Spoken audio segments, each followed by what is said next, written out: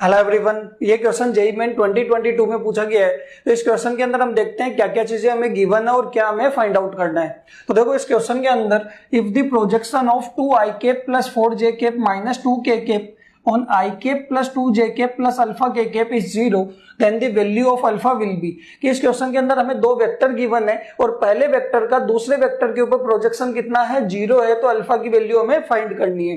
तो देखो यहाँ पे प्रोजेक्शन का मतलब क्या है कि दोनों वेक्टर एक दूसरे के क्या है, परपेंडिकुलर है, और अगर दो वेक्टर परपेंडिकुलर होते हैं तो दोनों का डॉट प्रोडक्ट कितना होता है, 0 होता है। तो यहाँ पे करेंगे क्या, हम दोनों वेक्टर्स का डॉट प्रोडक्ट निकालेंगे और किसके इक्वल कर देंगे, 0 के इक्वल कर देंगे। तो हमारे पास वैल्यू किसकी आ जाएगी, अल्फा की वैल्यू आ जाएगी।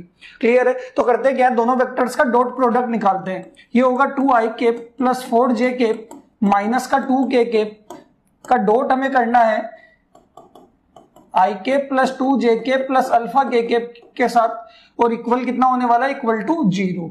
क्लियर है यहां तक? तो देखो डॉट प्रोडक्ट के अंदर होता क्या है कि i वाले का कोफिशिएंट i वाले से मल्टीप्लाई होगा j का j से और k का k से।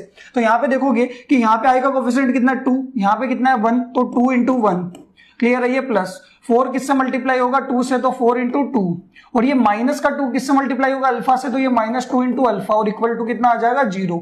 तो ये तो 2 प्लस 8 और माइनस 2 अल्फा इक्वल टू कितना आ जाएगा, 0। तो 10 इक्वल टू आपके पास आ जाएगा 2 अल्फा, तो अल्फा की वैल्यू आने वाली है 10/2 यानी 5।